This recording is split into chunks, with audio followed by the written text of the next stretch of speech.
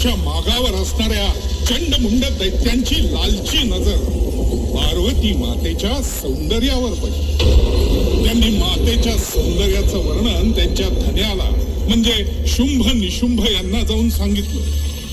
स्त्री लंपट स्वभावाचे दोघे ते वर्णन ऐकून वेडेपिसे झाले आणि मातेला मिळवण्यासाठी त्यांनी पुन्हा चंडमुंड यांना कैलासावर पाठवलं.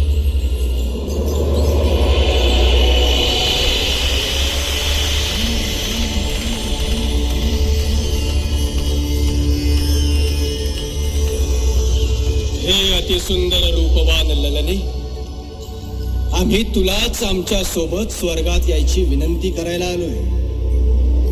हे सुंदरी, आमच्या सोबत चल.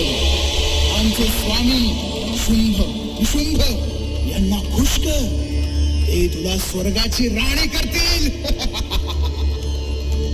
आणि तसही इथे या भणंग गोसाव्या सोबत राहण्यात काय हाशी येते. तुमच्या वाणीला आवर घाला,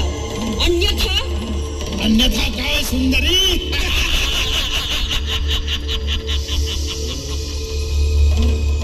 तुमच्या वाणीला लगाम द्या आणि याचं भान ठेवा की तुम्ही एका स्त्रीशी बोलता आहात, जी स्त्री तारूही शकते आणि मारूही शकते.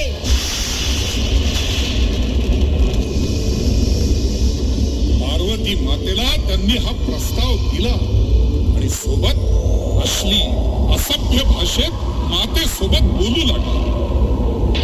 मातेचा क्रोध अनावर झाला. उग्र रूप धारण करून तिने चंडमुंडांचा वध केला.